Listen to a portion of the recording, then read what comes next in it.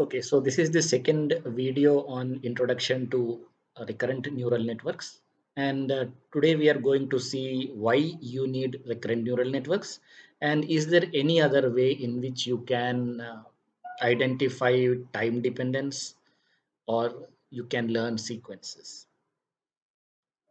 Typically, how you deal with sequences is in two ways. First one is using memoryless models, and second one is using systems with memory. What are memoryless models? Memoryless models typically take um, inputs as lagged sequences. That means the sequences will show a lag. You can see here the output y of t is a lagged linear combination of the previous inputs. So this is typically called an autoregressive model because the output at time instant t is dependent upon the previous outputs. That's why auto regressive. Regressive means it goes back into time. And auto in the sense because y of t minus 1, y of t minus 2 and so on are used to predict the value of y of t. So the previous values are used to predict the current value of the output. An example of this could be trying to predict the stock price values. Say, for example, you have bought some shares of Infosys and you want to find out or you want to estimate what will be the stock price of Infosys today based on its previous values.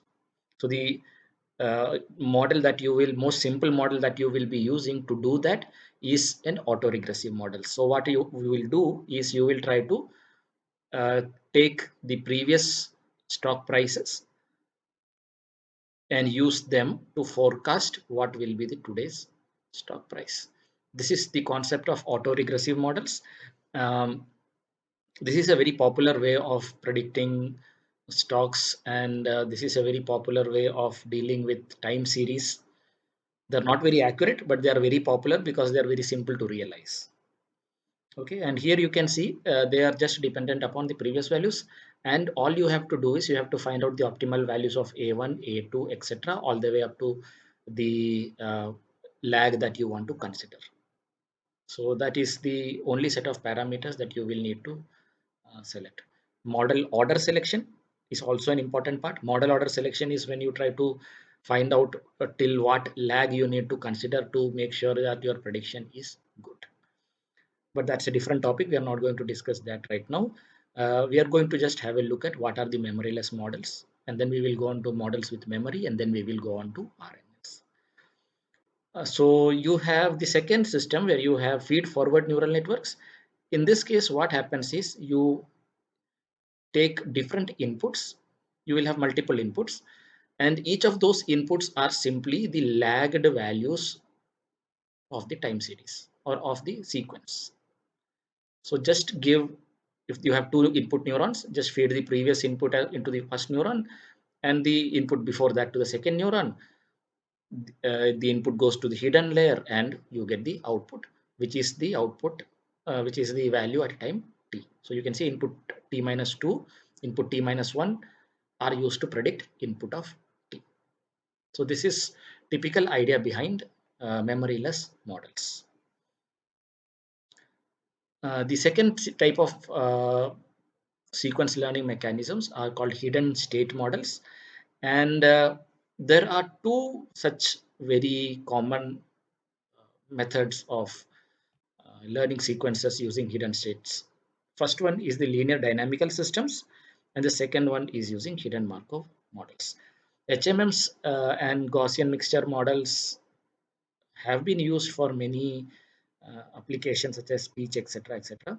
Linear dynamical systems are basically what you may call in other terms as control systems. So these are the two ways in which typically sequences are learned. So you can see this is the linear dynamical systems can be represented like this, and you have the hidden Markov models being represented like this. As I was saying, the linear dynamical systems can be represented using models of the type x of t plus 1 equals to a into x of t.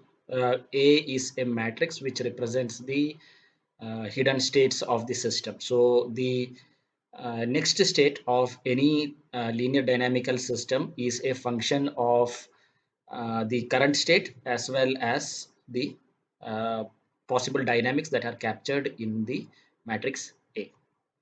Similarly, you have hidden Markov models where you see a set of predefined states which are learned from the data or maybe from observation, and the model switches between one state to the next at different time instances. So you have a very few number of states within which the system will iterate over a period of time. So you can see here the linear dynamical systems have this important characteristics, and you can kind of assume them to be similar to what you will find in case of adaptive filters. So you have a model of the system which is present in the state space equations that you have created for the filter, and that is then used to predict the output at any given instant given a particular input. In hidden Markov models, you have the system, as I said, transitioning between different predefined states, and this model is supposed to work only for those particular states. And you can see that HMM type systems do not work very well for NLP like problems because we do not know how many states are there in the system, and we do not know what are the state transition possibilities with very good amount of clarity when it comes to languages. So that is why when you have a very large number of states, that means when you have a very large sequence where you do not know what will be the next word that is going to come in, HMMs become very infeasible very quickly. So they cannot be used for applications like NLP, and therefore the only solution that you have is the recurrent neural networks. So as you can see, the recurrent neural networks take in the input, they have a hidden state, and then they have the output also, and the hidden states, or what you may call as the hidden layer activations, are exported over time to the next input and then to the next input sequentially, so that the memory is also carried along with the input. In the next video, we will be seeing how an artificial neural network, which is configured as a RNN, works. So watch out for the next video. Thank you very much.